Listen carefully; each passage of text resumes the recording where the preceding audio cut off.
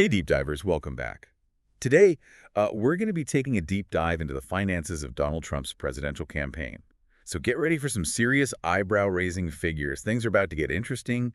Don't forget to smash that like button, subscribe to the channel, and leave us your thoughts down in the comments. Now, let's dive right in.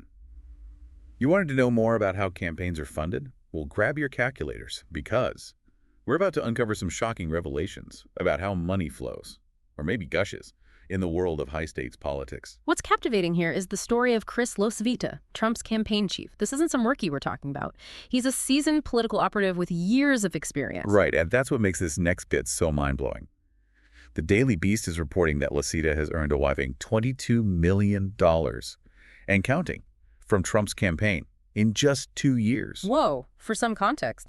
Yeah. Senator Tom Cotton paid LaCivita a relatively tiny $38,850 to manage his successful Senate campaign. Yeah. It begs the question, what's going on here? What justifies this astronomical difference? Yeah, it's a massive discrepancy. And it's caught the attention of the Lincoln Project. You know, a group of Republicans who, let's just say, aren't exactly Trump's biggest fans. They've seized this opportunity to launch a new attack ad. That paints Trump as a fool and a sucker for spending so much.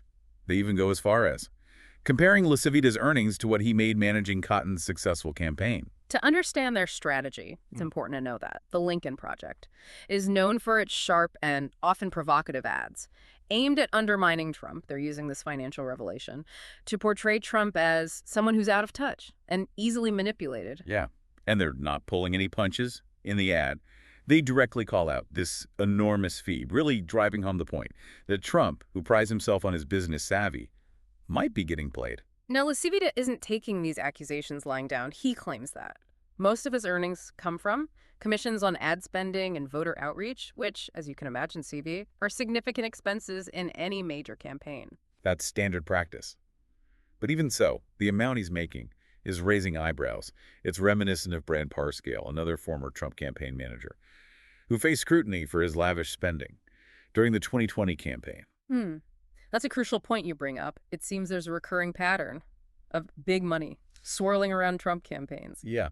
This time, though, we have a stark contrast within the campaign itself. Susie Wiles, the other co-head of the campaign, has been paid a comparatively modest $685,000 through her consulting firm. Why such a huge difference in compensation within the same campaign? And to further highlight the disparity, consider Jennifer O'Malley Dillon, who managed Kamala Harris's campaign, and is paid a monthly salary of $13,442.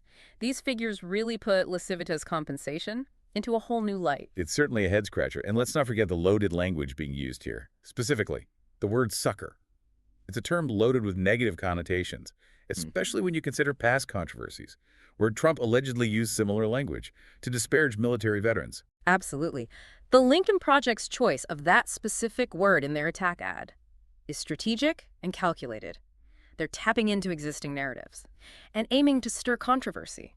They're playing on those past controversies to raise questions about Trump's judgment and portray him as someone susceptible to exploitation. So we have this enormous amount of money going to Trump's campaign chief, accusations flying, and this loaded word choice. Yeah. It's bound to get people talking. What does it all mean? Is this just business as usual in the cutthroat world of politics?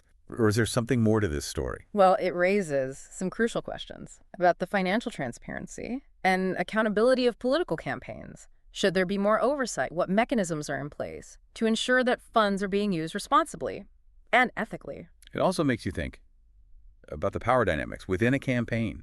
If LaCivita is commanding this kind of compensation, what kind of influence does he wield? It undoubtedly puts him in a position of significant authority, especially when you consider the vast sums of money he's managing. It begs the question, is this level of financial control, concentrated in one individual, healthy for a campaign? Yeah. And how does this all tie into the bigger picture of the 2024 election? Is this just a juicy tidbit, or does it speak to larger trends and concerns? Well, it feeds into existing anxieties about the role of money in politics. Does this situation suggest that wealthy donors have an undue influence on the political process?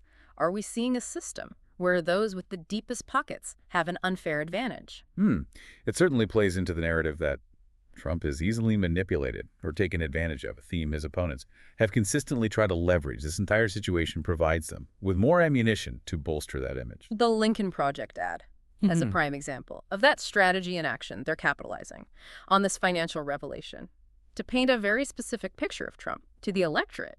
Yeah, it's a bold move on their part, and it'll be interesting to see how the Trump campaign responds. Will they address these concerns head on or try to sweep them under the rug? Their initial response has been to deny any wrongdoing, but it remains to be seen whether they'll offer a more comprehensive explanation for LaCivita's compensation. Will they break down the figures? Will they justify those commission rates? It's something to watch closely. This story has certainly stirred the pot and is likely to remain a hot topic. As we get closer to the election, it's a reminder that the financial dealings in politics can be just as captivating and contentious as the policy debates themselves. Sometimes it's where the real drama unfolds. Absolutely. It's a side of politics that often gets overlooked. But as we see here, it can be incredibly revealing and consequential. It's a reminder that money talks. And in politics, it often shouts. So while we wait to see how this unfolds, let's take a step back and consider the broader implications.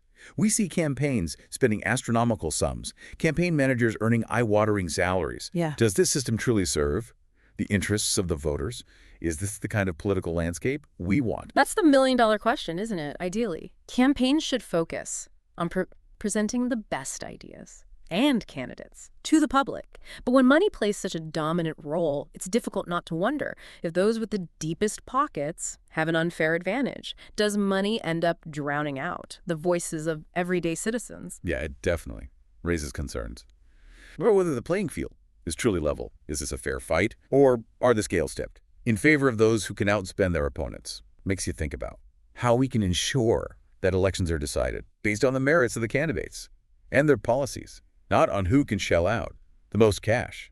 It's a complex issue with no easy solutions. There are arguments for campaign finance reform, for greater transparency, for limiting the influence of wealthy donors, but finding the right balance, a system that is both fair and allows for robust campaigning, is a challenge that continues to plague democracies around the world. It's a debate that's been raging for decades, and it's not going away anytime soon. It's a tangled web for sure. But that's what makes these deep dives so thought-provoking, right? We peel back the layers of complex issues and leave you with some food for thought. Yeah. And speaking of food for thought, here's a final question for you to ponder. How much should a campaign manager be paid? What factors should determine that figure? Is it purely about experience and track record?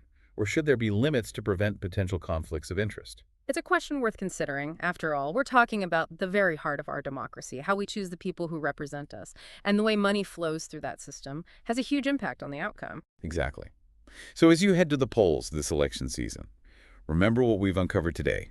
The financial inner workings of political campaigns can be murky, and it's up to us, the voters, to demand transparency and accountability. It's our responsibility to be informed, to ask critical questions, and to hold those in power accountable for how they manage campaign funds. Absolutely. So deep divers, we've explored the shocking figures, the accusations, and the potential implications of this financial controversy surrounding Trump's campaign. What are your takeaways? Let us know in the comments. And don't forget to like, subscribe, and hit that notification bell so you don't miss our next deep dive. Until then, stay curious and keep asking those tough questions.